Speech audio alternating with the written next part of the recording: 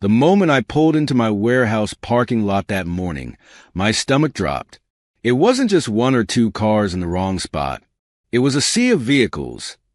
Dozens of them, packed so tightly that there wasn't a single open space left.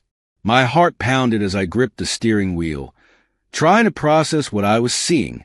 My delivery trucks were lined up outside, unable to enter. My employees had nowhere to park. And there, right in front of me, was a group of strangers laughing, unloading groceries from their cars, chatting like they owned the place. My hands clenched. This wasn't a mistake. This wasn't an accident. This was a takeover. Love seeing entitled people get what they deserve. Subscribe for more crazy stories like this. I slammed the car doors shut and stalked toward the warehouse entrance, my shoes crunching against the pavement. The closer I got, the clearer it became. These cars weren't abandoned. They belonged to residents of the nearby HOA community. My warehouse had always been private property, my hard-earned business. Yet these people had taken it upon themselves to turn it into their personal parking lot. No permission, no notice, nothing. I spotted a woman stepping out of a white SUV, adjusting her sunglasses as she slung a purse over her shoulder. She noticed me staring and had the audacity to smile. "Morning," she chirped, as if I were some friendly neighbor instead of the owner of the very property she was trespassing on. I didn't reply. My blood was boiling too much for small talk. Instead, I yanked my phone from my pocket and dialed Karen, my assistant. She picked up on the first ring. "Mark, are you seeing this?" Her voice was already laced with frustration. "The guys are calling me left and right. No one can park, and our delivery schedules are getting thrown off." "I see it," I said through clenched teeth. "Did someone authorize this? A special event or anything?" "No way," Karen replied. "We never gave permission to anyone. These aren't our people." I exhaled sharply, my jaw tightening as I turned back toward the lot. I could already tell this wasn't going to be an easy fix. "All right, I'll handle it," I muttered before hanging up. I stormed across the lot, past rows of sedans, SUVs, and minivans, their windshields reflecting the morning sun like a taunt. Many of them had stickers from the nearby HOA community, the same HOA that I had deliberately avoided dealing with when I bought this warehouse. I had picked this location because it was supposed to be independent, away from neighborhood drama and entitled suburban politics. Yet here I was, forced into a battle I never signed up for. I headed straight for the HOA office. It was a short walk from my warehouse, nestled inside a pristine community with perfectly trimmed hedges, spotless sidewalks, and a false sense of order. Everything about this place screamed control. As I stepped inside the community center, the receptionist barely glanced up from her computer before offering a sweet but robotic smile, as if she hadn't just been part of ruining my morning. "I need to speak to whoever's in charge," I said, my voice flat but firm. "There's a serious issue with my property." The receptionist tilted her head. "What kind of issue, sir?" "Your residents have taken over my private parking lot." I leaned forward, "and I need it cleared. Now." She blinked, clearly not expecting the confrontation. "Oh, let me check if Miss Langston is available." I crossed my arms, staring daggers into the glass partition behind her. The name was familiar. Karen Langston, the self-important HOA president I had only heard about in passing. A control freak, according to some. A nightmare, according to others. A few minutes later, I was led into her office, where she sat behind a polished oak desk, exuding the kind of arrogance that only came with too much power in too small a position. "Mr. Cruz," she greeted smoothly, barely looking up from the papers in front of her. "What can I do for you?" I didn't sit. I didn't waste time. "Your residents have turned my warehouse parking lot into their personal space. I want them out immediately." She finally looked at me then, a carefully neutral expression masking something far more condescending. "Oh, that," she said, as if I were complaining about a minor inconvenience instead of a complete violation of my property rights. "We had to find a solution. Parking is very limited in the neighborhood. and your lot was just sitting there and used most of the time. We figured it made sense. I stared at her, stunned. The sheer audacity. You figured. I echoed. You decided to use my property without asking. She sighed, as if I were the unreasonable one. It's for the community's benefit. Surely, as a local business owner, you understand the importance of supporting the neighborhood. I took a slow breath, gripping the back of the chair in front of me to keep from flipping it over. My business is not part of your HOA. You don't get to make decisions for my property. Miss Langston folded her hands, her nails perfectly manicured, her expression stone-cold and unmoved. Mr. Cruz, I suggest you think carefully before escalating this. The HOA has resources. We're acting within reason. I leaned in, meeting her gaze without flinching. You have 48 hours to tell your people to move their cars. After that, I'm handling it myself. For the first time, her expression twitched, the smallest flicker of doubt. But then, just as quickly, she smirked. If you say so, Mr. Cruz. We'll see. I left her office seething, my fists clenched so tightly my nails dug into my palms. This wasn't just about parking. This was about power, control, and entitlement. She thought she could walk all over me. She had no idea who she was messing with. The next morning, I pulled into my warehouse lot, half hoping that maybe, just maybe, the HOA had come to their senses and cleared the vehicles. But the moment I turned onto the property, that hope shattered. If anything, the situation was worse. There were even more cars now, some parked so recklessly that they blocked access to the loading docks entirely. My delivery trucks were backed up onto the street, drivers standing outside, shaking their heads in frustration. My employees were forced to park blocks away and walk, already grumbling about the growing inconvenience. And the worst part, the HOA residents acted like they belonged here.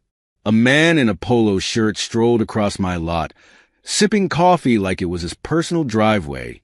A woman loaded grocery bags into her trunk without a second thought. No one had even tried to reach out. No effort had been made to fix this. It was clear now. They were ignoring my warning entirely. I clenched my jaw, gripping the steering wheel so hard my knuckles turned white. Fine. If they wanted to play this game, they had no idea what was coming. I stepped out, phone in hand, snapping photos of every vehicle, license plates, parking positions, the way they obstructed my business operations. Every detail documented. If they thought they could just brush this off, they were dead wrong. I made sure to take wide shots of the entire lot, capturing just how out of control the situation had become. The moment I finished, I dialed my lawyer. Jacob, it's happening. The HOA ignored my warning, and now my lot looks like a public parking garage. I need to know my options. Jacob let out a low sigh on the other end. Did you put up signs? I will today, I replied, and I have all the photos and records. Good, he said. Post those signs immediately. Give them a final warning. Document everything, and if they still refuse to move, you're fully within your rights to tow. But make sure you cover every legal step. HOA types love to twist things in their favor. Don't worry, I muttered, already walking toward my office. I'll handle it. Karen was waiting for me just inside, arms crossed, her expression mirroring my frustration. They didn't move a single car, did they? She asked, already knowing the answer. I shook my head. Nope. More of them showed up, she huffed. Unbelievable. I overheard some of the employees complaining. A few are already talking about looking for other jobs if they have to deal with this nonsense every day. My irritation spiked further. That's not going to happen. We're ending this. Without another word, I grabbed a stack of newly printed no parking. Private property. Violators will be towed at owner's expense signs from my office and marched outside. One by one, I bolted them onto the fences, placed them at every entrance, and even put a few right in the middle of the lot where they couldn't be ignored. Each time I hammered one into place, It felt like slamming the final nail in the HOA's coffin. Residents passed by as I worked, some staring in curiosity, others pretending not to notice. A man in a suit actually had the gall to smirk at me as he walked toward his car. I knew that look. It was a look of someone who believed I was powerless to stop him. He had no idea how wrong he was. Once the last sign was in place, I took photos of each one, making sure I had evidence in case the HOA tried to claim ignorance. Then, for good measure, I sent a formal notice to Miss Langston. The email was short, direct, and left no room for argument. Miss Langston, your residents continue to trespass on my property despite my warnings. As of this moment, no parking signs have been installed, and this serves as your final notice. You have 24 hours to notify your community and clear all unauthorized vehicles. Any car still on my lot after the deadline will be towed at the owner's expense. I have documented every step and will enforce my property rights accordingly. Consider this your last chance. Mark Cruz. I hit send and sat back, exhaling slowly. There. She had no excuse now. If she refused to act, that was on her. I went through my call list next, reaching out to a towing company I had researched the night before. The moment they picked up, I laid out the situation. This is private property, and they're parked here illegally. I have all the documentation, legal notices, and signage in place. The dispatcher on the other end confirmed they had experienced handling HOA disputes before. We'll send trucks out tomorrow morning. Just make sure you have the paperwork ready. Oh, I will, I assured her. That evening, I stayed late at the warehouse, watching the lot, waiting to see if the HOA would make a move. But they didn't. Cars came and went, residents treating my property like some free parking benefit they were entitled to. No one removed their vehicle. No one acted like they even noticed the signs I had spent all day putting up. It was infuriating, but at the same time, it solidified my decision. The HOA thought they could push me around. They thought their little bubble of control extended beyond their community. They were about to learn just how wrong they were. The next morning, the tow trucks would arrive, and the fun would really begin. The sun had barely begun to rise when I arrived at my warehouse the next morning, but the lot was just as packed as ever.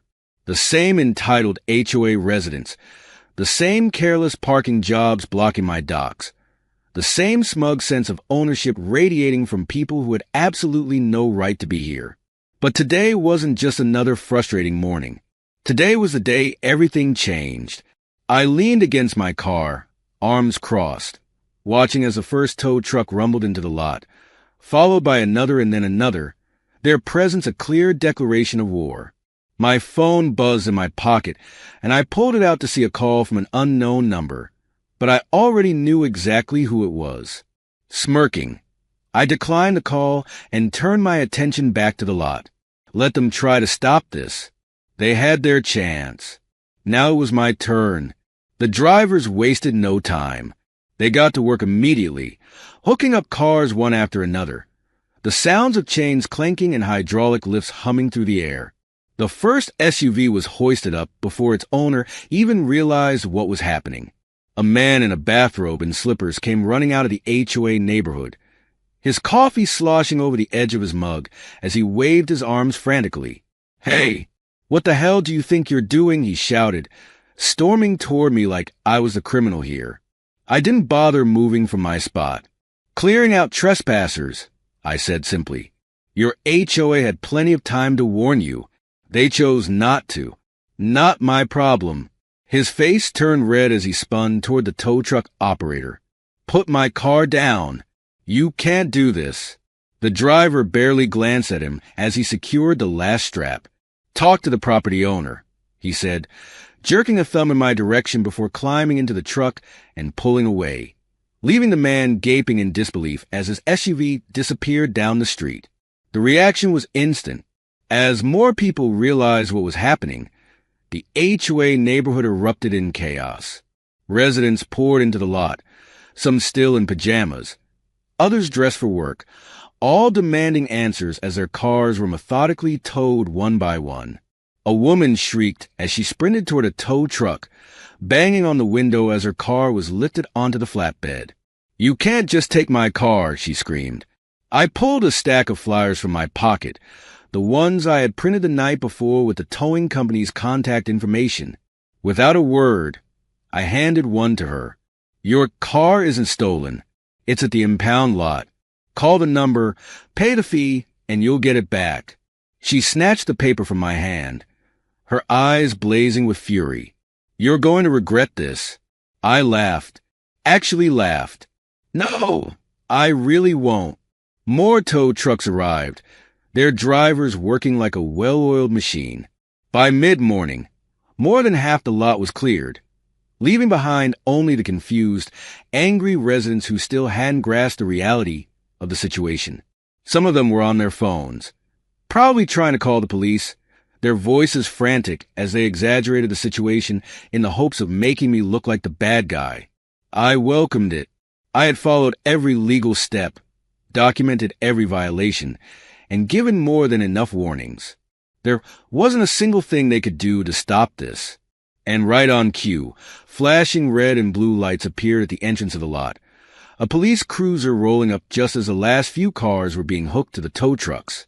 I turned to greet them as they stepped out, already prepared for this exact moment. "Sir, we got reports of unauthorized towing happening here," one of the officers said, his voice calm but firm. Before the HOA residents could try and twist the story, I pulled out my paperwork and handed it over. "Everything is authorized. This is my private property. I have photos, documentation, legal notices, and every single one of these cars was warned in advance. The HOA president was notified days ago and did nothing. I've covered my bases." The officer took his time reading through everything, his partner flipping through the photos I had taken. The crowd of HOA residents watched, some hopeful that I'd be arrested, others still yelling about how unfair this was. But when the officer finally looked up, he gave a nod. "Looks like you're in the clear," he said, handing me back my documents. Then he turned to the residents, his expression blank. "He's within his rights. If your car was towed, you'll need to contact the impound lot." The explosion of outrage was immediate. The residents couldn't believe it, yelling over each other, demanding to know how this was allowed to happen. One woman was practically sobbing, her mascara running down her face as she waved her phone in the officer's face. "But we live here. We were told we could park here. How is this legal?" The officer shrugged. "Whoever told you that was wrong. This isn't HOA property. He owns the lot." I watched as realization started to sink in. The residents weren't just angry anymore. They were confused. Because now, the truth was unavoidable. Someone had lied to them. That's when she arrived. Miss Langston stormed into the lot, like she was walking into a battlefield, her face red with barely contained fury. She zeroed in on me immediately, her heels clicking sharply against the pavement as she closed the distance between us. "Mr. Cruz, this is absolutely unacceptable," she snapped. "You had no right to do this." I crossed my arms, unbothered. I had every right. You ignored my warnings. This is on you. Her nostrils flared. The HOA will not stand for this. You've disrupted the entire community. You'll be facing serious consequences for this. I raised an eyebrow. "Oh, and what exactly do you plan to do? Sue me? For enforcing my property rights? Good luck with that." She was fuming, but she had nothing. No counter. No argument. Just empty threats and an audience of furious residents who were now looking at her with something dangerously close to betrayal. They had trusted her, followed her authority, and now they were realizing she had led them straight into a disaster. Her lips pressed into a thin line as she turned to the crowd, lifting her hands in an attempt to salvage control. "Everyone, please remain calm. We'll sort this out." "Sort this out."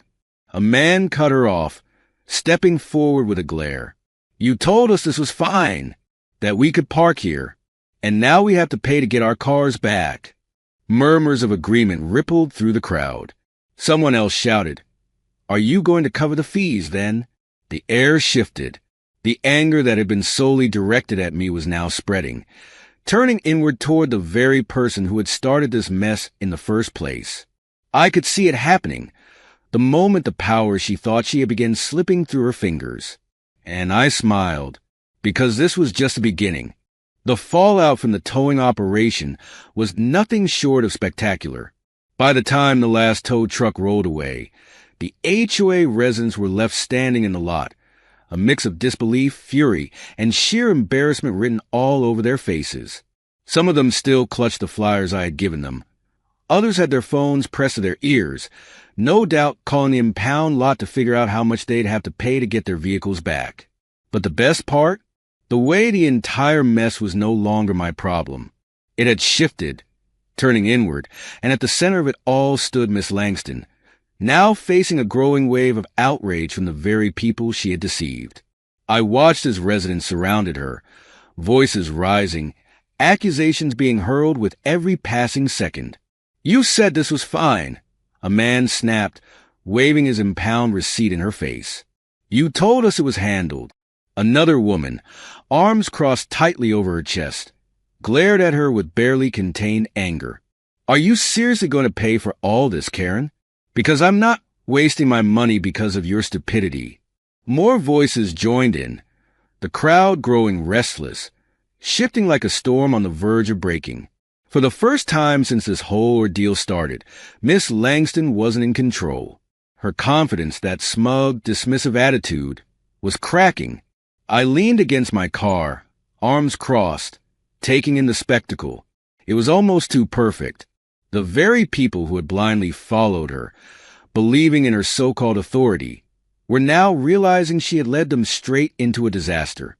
I could see it on her face, the way she was trying to think of something, anything, to salvage her position. But there was no way out of this one. She had overstepped. She had ignored my warnings, and now she was reaping the consequences. I decided to push things just a little further.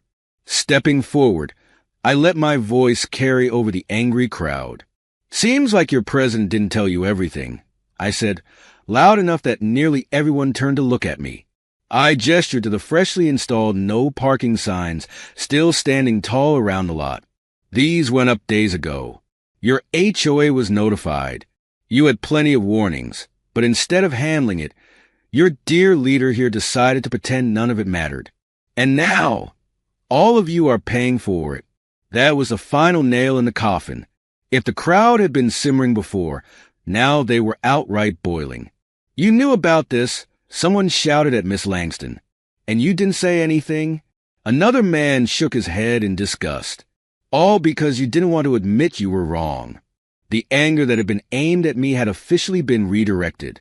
Miss Langston took a step back, face paling as she realized she had lost control. She opened her mouth, probably to come up with some excuse, some desperate attempt to shift the blame. But the crowd wasn't having it. The residents had turned on her completely, and it was clear there was no coming back from this.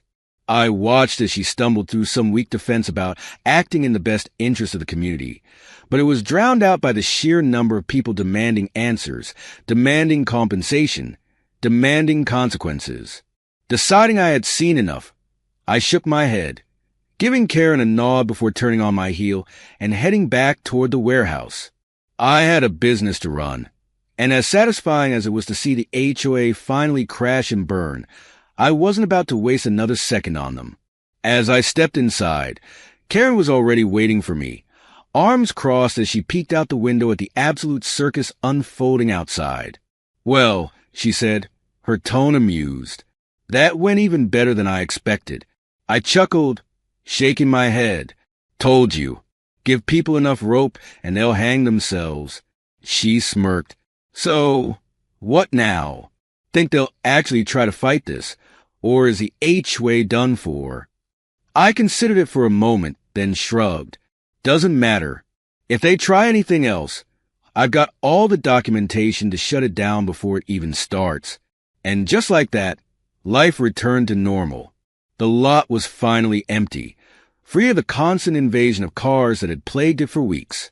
Employees were able to park without hassle. Deliveries were back on track, and for the first time in what felt like forever, I could focus on running my business without dealing with entitled HOA nonsense. But the story didn't quite end there. A few days later, a letter arrived at my office, an official notice from the HOA. I sighed, bracing myself for yet another empty threat, but as I read through it, my eyebrows lifted in surprise. It wasn't a threat at all. It was an apology, a formal, signed statement from the HOA board acknowledging that they had overstepped, that they had misled their residents, and that moving forward, they would ensure no such thing happened again. And at the bottom, a small but significant detail: Miss Langston had resigned. I sat back in my chair, letting out a slow breath. That was unexpected. I had assumed she'd fight tooth and nail to keep her position, to cling to the last shreds of authority she had left. But it seemed even she had realized there was no coming back from this. Her reign was over. I tossed the letter onto my desk, feeling a deep sense of satisfaction settle in. It had taken time, patience, and a whole lot of legal paperwork, but in the end, justice had won. And as I stepped outside that evening, looking out at the now peaceful, empty lot, I knew one thing for sure: no one was ever going to mess with my property again.